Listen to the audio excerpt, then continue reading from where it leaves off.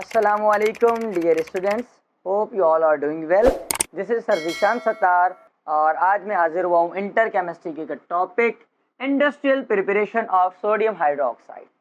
हमारे पास इस chapter number 1 के अंदर दो मेन इंडस्ट्रियल केमिस्ट्री हैं, एक सल्फ्यूरिक एसिड की है और दूसरी सोडियम हाइड्रोक्साइड की है।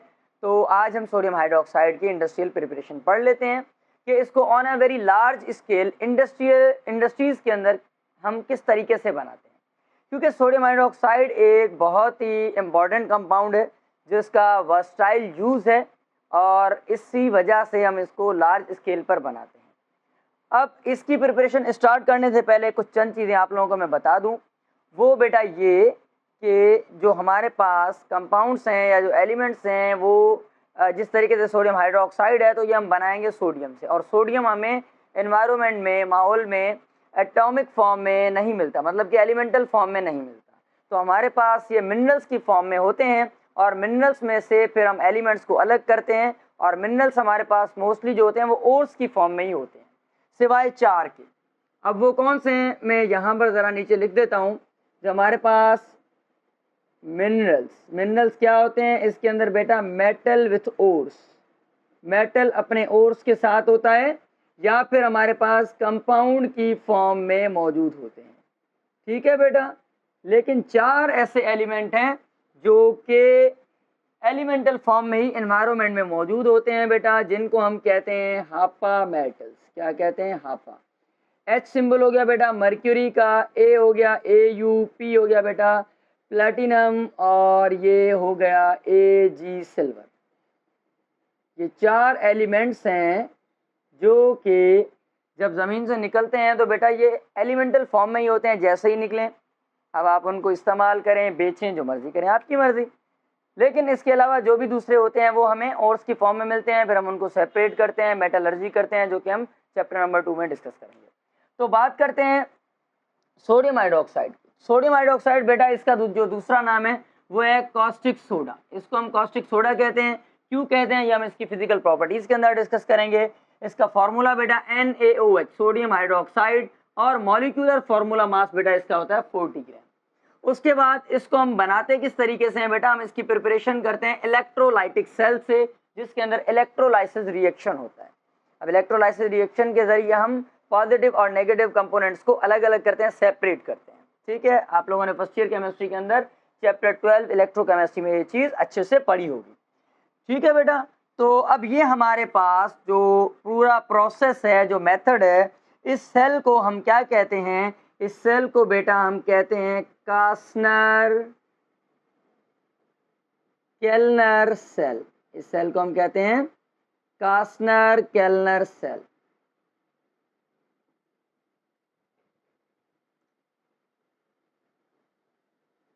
इंडस्ट्रियल प्रिपरेशन के लिए इस सेल को इस्तेमाल किया जाता है। अब पहले तो हम ज़रा इसकी जो है कंस्ट्रक्शन समझ लेते हैं कि इस सेल की कंस्ट्रक्शन किस तरीके से है। तो बेटा इस सेल की कंस्ट्रक्शन में हमारे पास 2 पार्ट्स हैं। एक पार्ट है ये अपर पार्ट, इस पार्ट को बेटा हम कहते हैं, ये है हमारे पास अपर चैम्बर। एक हमारे पास बेटा इसके अंदर हमारे पास है अपर चैम्बर, ये वाला पूरा चैम्बर है। और दूसरा हमारे पास बेटा यहाँ क्या है? दूसरा बेटा हमारे पास है लोअर चैम्बर।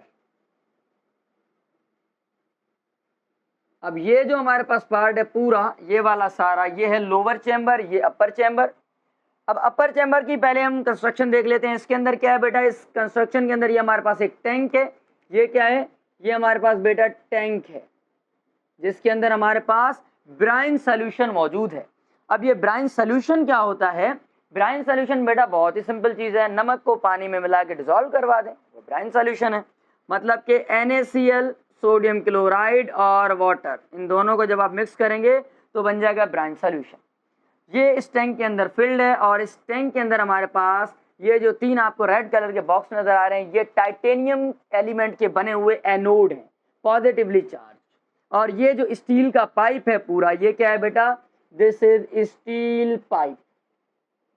यह है स्टील का पाइप। इस स्टील के पाइप के अंदर मर्क्यूरी फ्लो कर रही है, और ये मर्क्यूरी यहाँ पर एक्ट कर रही है एज अ कैथोड। तो इसके अंदर बेटा देखें, इलेक्ट्रोलाइसिस सेल के अंदर हमारे पास 2 मेन चीज़ें होती हैं, इलेक्ट्रोड और इलेक्ट्रोलाइटिक सॉल्यूशन। तो इलेक्ट्रोलाइटिक सोल्यूशन, इलेक्ट्रोलाइट तो हमारे पास है NaCl ये वाला, ठीक है, और कैथोड हमारे पास आ गया ये मर्क्यूरी, और एनोड क्या आ गया बेटा टाइटेनियम के, ये आ गया एनोड, ये अपर चेंबर ये लोअर चेंबर। अब ये सारा तो डिस्कस हो गया। अब इसके अंदर दो चीजें और रह गई, एक तो ये डेन्यूडर रह गया, ये जो पूरा बॉक्स है इसको बेटा हम कहते हैं डेन्यूडर, और इसके अंदर ये जो ब्लैक कलर का बॉक्स है इसको कहते हैं ग्रेफाइट का बना हुआ ब्लॉक है, और ये हमारे पास लगा हुआ है मर्क्यूरी पंप जो कि मर्क्यूरी का फ्लो करवा रहा है। अब रिएक्शन कैसे होता है और किस तरीके से ये बनता है, तो पहले हम डायग्राम की मदद से समझेंगे और उसके बाद बेटा फिर हम जो कि सेल रिएक्शंस की मदद से इसको अंडरस्टैंड करेंगे, समझेंगे। तो सबसे पहले क्या होगा, देखें यहाँ पर हमारे पास बेटा ये ब्राइन सॉल्यूशन अब यहाँ पर हमने अंदर ऐड कर दिया। जब यहाँ पर ऐड करेंगे तो यहाँ पर ये कैथोड भी है एनोड भी है, तो क्या होगा, आयोनाइजेशन होगी। क्या होगा, जो हमारे पास कंपोनेंट है वो दो पार्ट्स में टूटेगा। तो पहले हम हमारे मेन कंपोनेंट की बात कर लेते हैं जो कि हमारे पास क्या है बेटा, जो कि हमारे पास है NaCl। अब ये Na और Cl ये टूट जाएगा, Cl नेगेटिव हो जाएगा, Na हो जाएगा बेटा पॉजिटिव, और उसके बाद इसके अंदर वाटर भी है। अब जो वाटर है वो भी किस तरीके से, वो भी टूटेगा, वाटर की भी स्प्लिटिंग होगी, ठीक है। ये हमारे पास जो वाटर है HOH ये भी टूटेगा, इसकी भी स्प्लिटिंग होगी। अब ये किस तरीके से टूटेगा, इसमें ये हाइड्रोजन ऑक्सीजन से अलग हो जाएंगे, ठीक।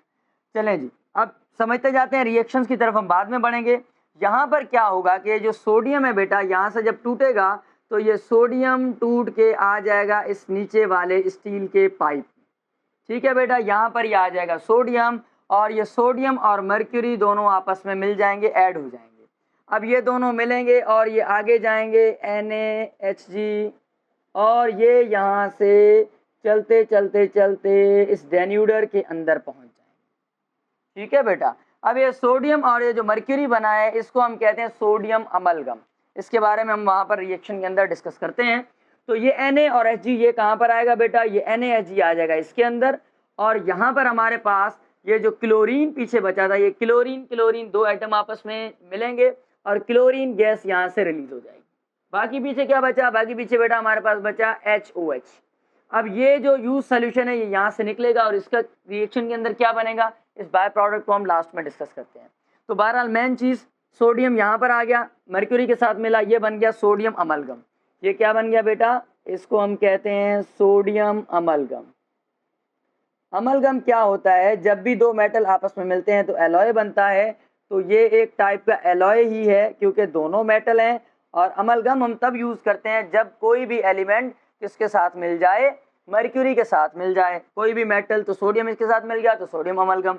अब ये सोडियम अमलगम आ गया इस डेन्यूडर के अंदर। जब इस डेन्यूडर के अंदर ये सोडियम अमलगम आएगा तो इस डेन्यूडर के अंदर यहाँ पर बेटा क्या मौजूद है, इस डेन्यूडर के अंदर बेटा यहाँ पर वाटर ऑलरेडी मौजूद है, H2O यहाँ पर मौजूद है, इस बॉक्स के अंदर फिल्ड है।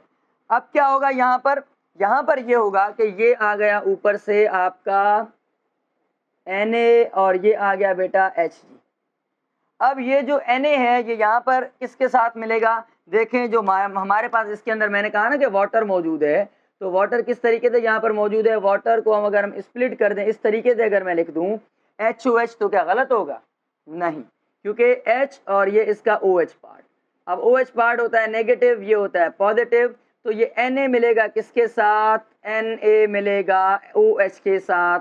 तो Na और OH ये मिलके क्या बन गया बेटा, ये मिलके बन गया सोडियम हाइड्रोक्साइड NaOH। Na कहाँ से आया, दोबारा बता दूं, यहाँ से जो अमलगम आया है इसका सोडियम और इसके अंदर जो वाटर मौजूद है इसका OH पार्ट, दोनों आपस में मिलेंगे और यहाँ पर सोडियम हाइड्रोक्साइड हमारे पास बन जाएगा। यहाँ पर ये जो हाइड्रोजन मौजूद है ये कहाँ गया, अब ये जो हाइड्रोजन मौजूद है ये यहाँ से फ्लो करके कहाँ जाएगा बेटा, ये यहाँ पर इस चैम्बर के जरिए ऊपर बाहर निकल जाएगा। तो H भी हो गया, OH Na के साथ लग गया, पीछे क्या बचा, पीछे बेटा बचा हमारे पास मर्क्यूरी।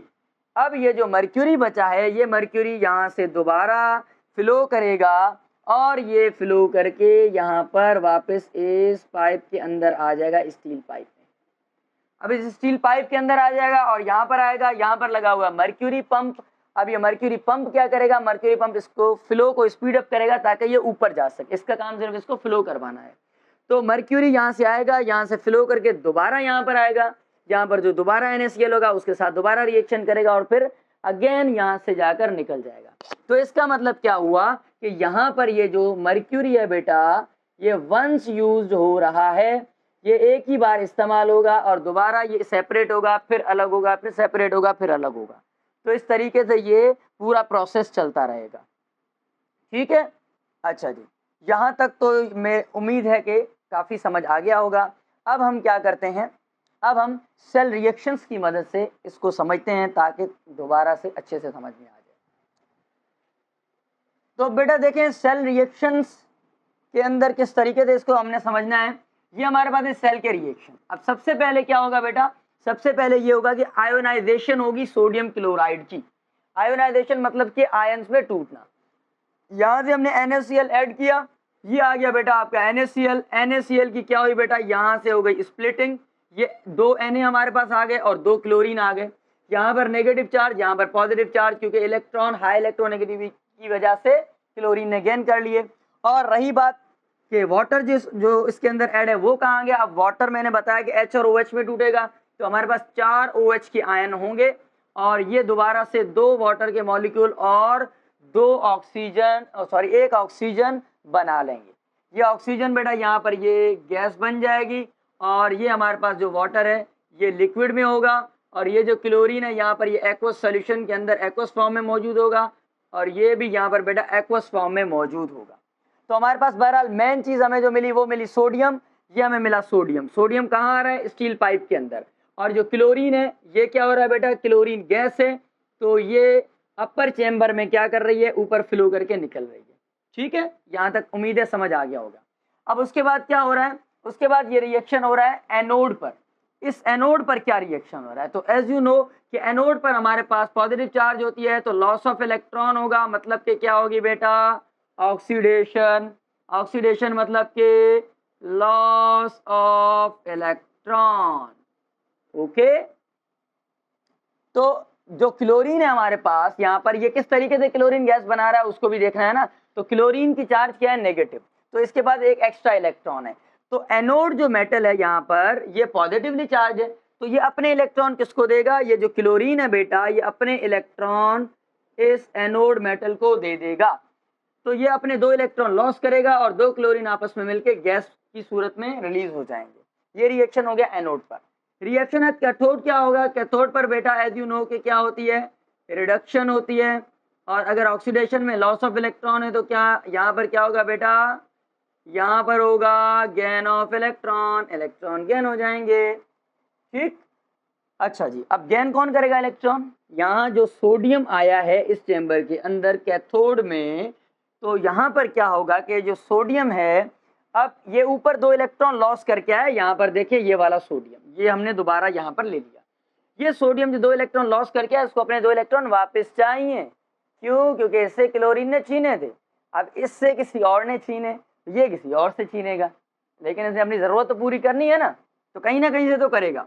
तो सोडियम ने अपने 2 इलेक्ट्रॉन लिए कैथोड से, क्योंकि कैथोड नेगेटिवली चार्ज है, तो ये पॉजिटिवली चार्ज, ये नेगेटिवली चार्ज, इसके पास ज़्यादा इलेक्ट्रॉन, तो कहेगा बेटा ज़्यादा इलेक्ट्रॉन है तो ज़्यादा मस्ती नहीं करनी, मुझे दो। इलेक्ट्रॉन लेगा इससे और सोडियम एटम में कन्वर्ट हो जाएगा आयन से। ठीक, उसके बाद फिर जो हमारे पास यहाँ पर सोडियम है, पहले तो इलेक्ट्रॉन लेगा और उसके बाद फिर मिलेगा मर्क्यूरी के साथ, तो Na और Hg दोनों मिलेंगे और मिलके बना लेंगे NaHg।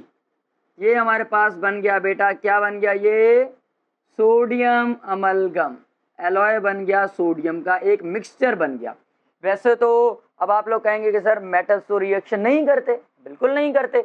2 मेटल्स कभी भी आपस में केमिकल रिएक्शन नहीं करेंगे, क्योंकि मेटल्स तो इलेक्ट्रॉन लॉस करेंगे, तो लेगा कौन, दोनों देने वाले हैं, तो फिजिकल रिएक्शन करेंगे, एलॉय बनाएंगे, अमलगम बनाएंगे। यहाँ पर यह अमलगम बन गया। अब अमलगम के बाद क्या होगा, रिएक्शन एट डेन्यूडर, ये अमलगम आएगा डेन्यूडर में, ये डेन्यूडर में। डेन्यूडर में क्या रिएक्शन होगा, मैंने पहले ही बताया था कि ये दोनों सेपरेट होंगे, तो Na और Hg बेटा ये दोनों क्या होंगे, सेपरेट होंगे। और ये जो सोडियम है ये मिलेगा किसके साथ, OH के साथ, तो ये 2 सोडियम 2 OH के साथ मिल गया।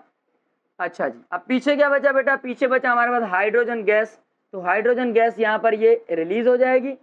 ये यहाँ पर इन्होंने मिलकर सोडियम हाइड्रोक्साइड बना लिया। हाइड्रोजन गैस, 2 हाइड्रोजन के आयन मिलके हाइड्रोजन गैस में कन्वर्ट हो गए और ये जो मर्क्यूरी था बेचारा दोबारा से सिंगल हो गया। कुछ टाइम के लिए मिंगल हुआ था बेचारा, लेकिन इसको किसी ने बर्दाश्त ही नहीं किया, तो उसने कहा कि भाई हम सिंगल ही अच्छे हैं, दोबारा सिंगल हो जाऊंगा मैं और अपने घर वापस चला जाऊंगा। लेकिन सुकून तो इसको भी नहीं है, दोबारा से फिर जाएगा आदतन मजबूर, जैसे हम इंसान आदतन मजबूर होते हैं, दोबारा से जाएगा, फिर जाके अटैच हो जाएगा और फिर से वही सिंगल होके रोता हुआ वापस आएगा। ठीक, तो इस तरीके से हमारे पास इसका रिएक्शन होता है और ये सोडियम हाइड्रोक्साइड इस तरीके से हमारे पास इंडस्ट्रियल प्रोसेस के अंदर बनता है। तो ये था industrial process of sodium hydroxide. अब इसके बाद इसकी कुछ हमारे पास फिजिकल प्रॉपर्टीज़ हैं और केमिकल रिएक्शंस हैं, केमिकल प्रॉपर्टीज़ हैं, यूजेस हैं, उनको भी हम डिस्कस कर लेते हैं कि इस सेल के एडवांटेज भी हैं कुछ और डिसएडवांटेज भी। अब एडवांटेज क्या है इस सेल का? एडवांटेज ये है कि इस सेल के अंदर sodium hydroxide and chlorine are formed in separate chambers to avoid reaction। यहाँ पर सोडियम हाइड्रोक्साइड और जो क्लोरीन है ये दोनों अलग अलग चैम्बर्स में हमारे पास बन रहे हैं। सोडियम हाइड्रोक्साइड यहाँ बन रहा है, क्लोरीन गैस ऊपर रिलीज हो रही है, तो ये जो दोनों अलग अलग चैम्बर्स में बन रहे हैं ये इसका क्या है? एडवांटेज है। अब एक साथ बनते तो क्या होता?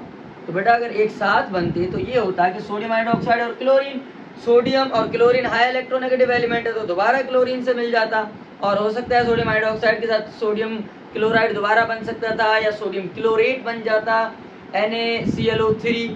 तो इस तरीके से कोई भी और रिएक्शन हो सकता था, तो हमें जो मेन प्रोडक्ट चाहिए थी वो नहीं मिलती। तो इस वजह से ये सेपरेट चैम्बर्स में ये तो है इसका एडवांटेज। लेकिन ये सेल आगे चल के बैन हो गया। अब कहेंगे बच्चे कि सर पहले आप पढ़ाते हैं फिर कहते हैं कि अब ये चीज़ ख़त्म हो गई, तो अब क्या करें बेटा? जो चीज़ सिलेबस में होगी फॉलो तो उसको करना है ना। वो अलग बात है कि ये अब इस्तेमाल नहीं होता, और इस्तेमाल क्यों नहीं होता उसकी वजह है ये जो सिंगल हो जाता है ना बार बार मर्क्यूरी। हमने डिस्कस किया था कि ये बार बार क्या हो रहा है? सिंगल हो रहा है, मिंगल होके फिर दोबारा सिंगल हो रहा है। तो अब इसने अपना बदला ले लिया, इसने उस प्रोसेस को ही बंद करवा दिया। इसने कहा कि चलो बेटा अब आप भी घर चलो। तो अब इसकी वजह से ये प्रोसेस बैन हुआ। क्यों हुआ उसकी वजह देखिए। हमारे पास जो मर्क्यूरी है Hg is a toxic metal. ये हमारे पास क्या है? ये हमारे पास बेटा टॉक्सिक मेटल है। तो जब हम इसको क्या करेंगे? जब हम इसको वेस्ट करेंगे, वेस्ट टू सी और रिवर्स, तो ये क्या करेगा? ये हार्मफुल होता है किसके लिए? हार्मफुल टू ह्यूमंस और एक्वेटिक एनिमल्स या फिशेस के लिए। देखें अब मर्क्यूरी को वंस हमने यूज तो कर लिया, लेकिन अब इसकी इफिशिएंसी कुछ टाइम इस्तेमाल करने के बाद बार बार इस्तेमाल करके इसकी इफिशिएंसी डाउन हो जाती है। तो फिर अब उससे काम निकल गया, अब हम उसको क्या करेंगे? वेस्ट कर देंगे। जब हम उसको वेस्ट करेंगे तो जाहिर है कहीं ना कहीं किसी ज़मीन में करेंगे, पानी के अंदर करेंगे। तो अगर वहाँ पर करेंगे तो जो एक्वेटिक एनिमल्स हैं उनको हार्मफुल होगा, उनके लिए नुकसानदा है। और अगर उन एक्वेटिक एनिमल्स को, फिशेस को हमने अगर इस्तेमाल किया, हमने यूज़ किया, तो उससे क्या होगा कि हमें ये नुकसान पहुँचाएगा, हमारे सेंट्रल नर्वस सिस्टम को नुकसान पहुँचाएगा। तो इस वजह से ये टॉक्सिक है और इसी वजह से इसको बैन कर दिया गया। ठीक है, अब हम चलते हैं इसके रिएक्शंस की तरफ और फिजिकल प्रॉपर्टीज की तरफ।